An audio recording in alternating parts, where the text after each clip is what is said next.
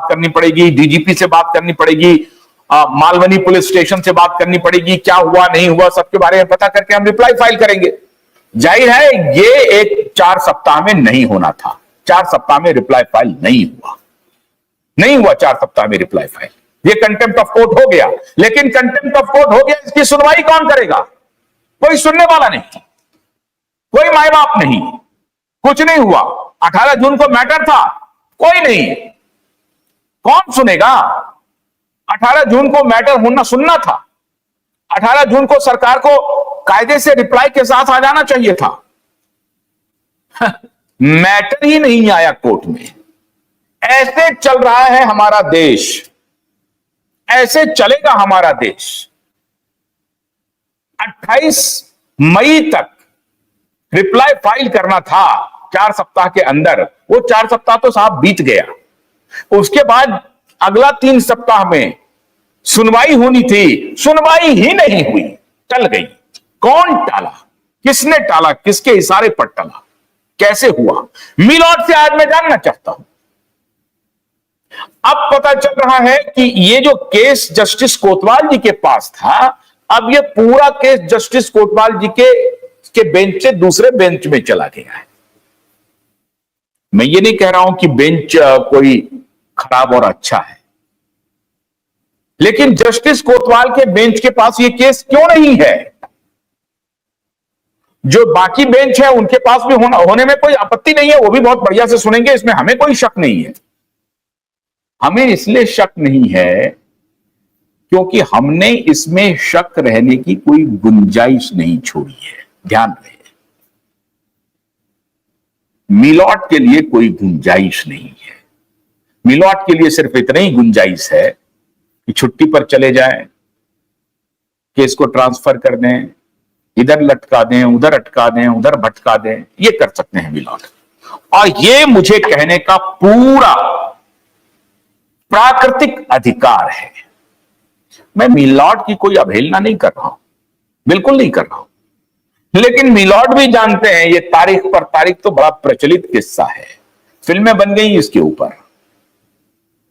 तो तारीख पर तारीख मिलॉर्ड तो दे ही सकते हैं, रजिस्ट्री तो घुमा फिरा ही सकता है, रजिस्ट्री तो कह ही सकता है कि दिशा के बलात्कार, दिशा के हीनियस अपराध, हत्या, बलात्कार के बाद हत्या कोई मामूली घटना है, बहुत मामूली घटना है। इसकी सुनवाई से ज्यादा हमें सुनवाई किस बात की है?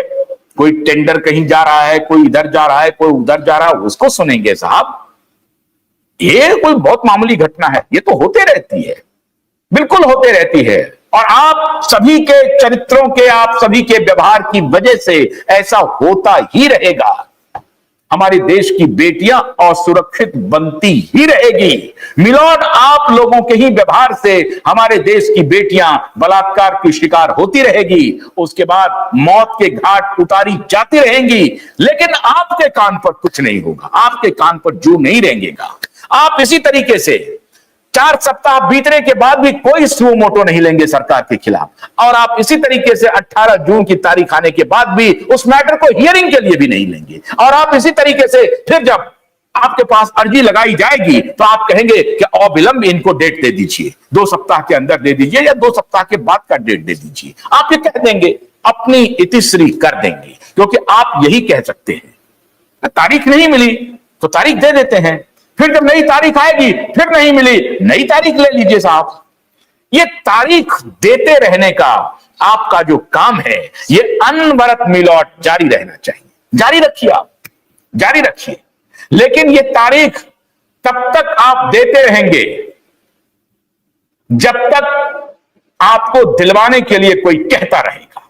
और क्यों नहीं आपके ऊपर यह आरोप लगाया जाए, क्यों नहीं मुंबई हाई कोर्ट के ऊपर यह आरोप लगाया जाए कि मुंबई हाईकोर्ट संगीन रूप से, मुंबई हाईकोर्ट इसमें जिम्मेदारी लेनी पड़ेगी मुंबई हाईकोर्ट को, और मुंबई हाईकोर्ट तारीख पर तारीख, तारीख पर तारीख, तारीख पर तारीख दे रही है, और मुंबई हाईकोर्ट किसी के इशारे पर यह तारीख पर तारीख दे रही है। क्यों नहीं कहा जाए, क्यों नहीं मुंबई हाईकोर्ट पर यह आरोप लगाया जाए, क्यों नहीं यह पूछा जाए मुंबई हाईकोर्ट से कि जब 4 सप्ताह बीत गया है तो आपने सुओ मोटो क्यों नहीं लिया?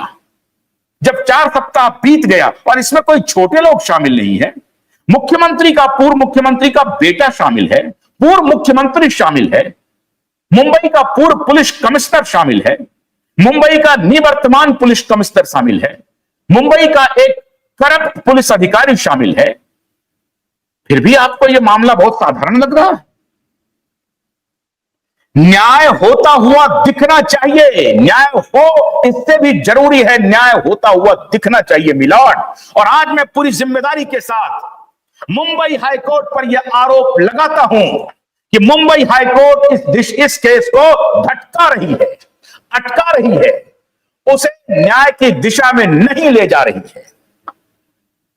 और इस आरोप को लगाने से आप मुझे नहीं रोक सकते, दुनिया की कोई शक्ति नहीं रोक सकती। वरना आप जवाब दीजिए कि 4 सप्ताह का आपने वक्त दिया था और 4 सप्ताह बीत गया, कंटेम्प्ट ऑफ कोर्ट हुआ या नहीं हुआ, सरकार कोई रिप्लाई फाइल की या नहीं की, सरकार ने एफआईआर फाइल किया नहीं किया, सरकार ने एफआईआर दर्ज नहीं किया, आपके आदेश के बाद भी नहीं किया, आपके गुस्से के बाद भी नहीं किया, जस्टिस कोतवाल के गुस्से के बाद कि आप रिप्लाई फाइल कीजिए, रिटन रिप्लाई फाइल कीजिए, उसके बाद भी वो सरकार, उसकी पुलिस कोई काम नहीं किया।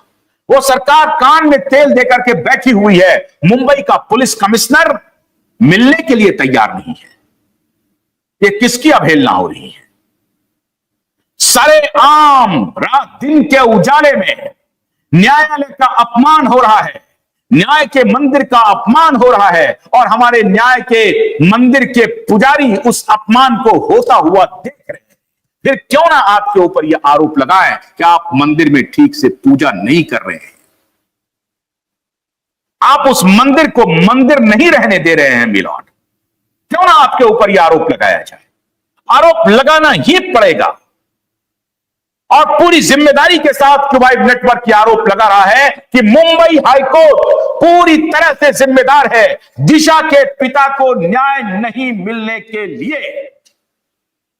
आप तारीख पर तारीख देते जाएंगे। इसके पहले 1 साल तक पीआईएल की हियरिंग नहीं होने दी आपने, और उस वक्त जो चीफ जस्टिस थे उनके पास यह मामला पड़ा रहा। पीआईएल की हियरिंग आपने होने नहीं दी। 1.25 साल तक, जब तक वो चीफ जस्टिस रहे मुंबई हाईकोर्ट के, आपने पीआईएल की तारीख नहीं लगने दी। आपको कह दें कि आप निष्पक्ष हैं, किस आधार पर कहें कि आप निष्पक्ष हैं? आप ही बताएं।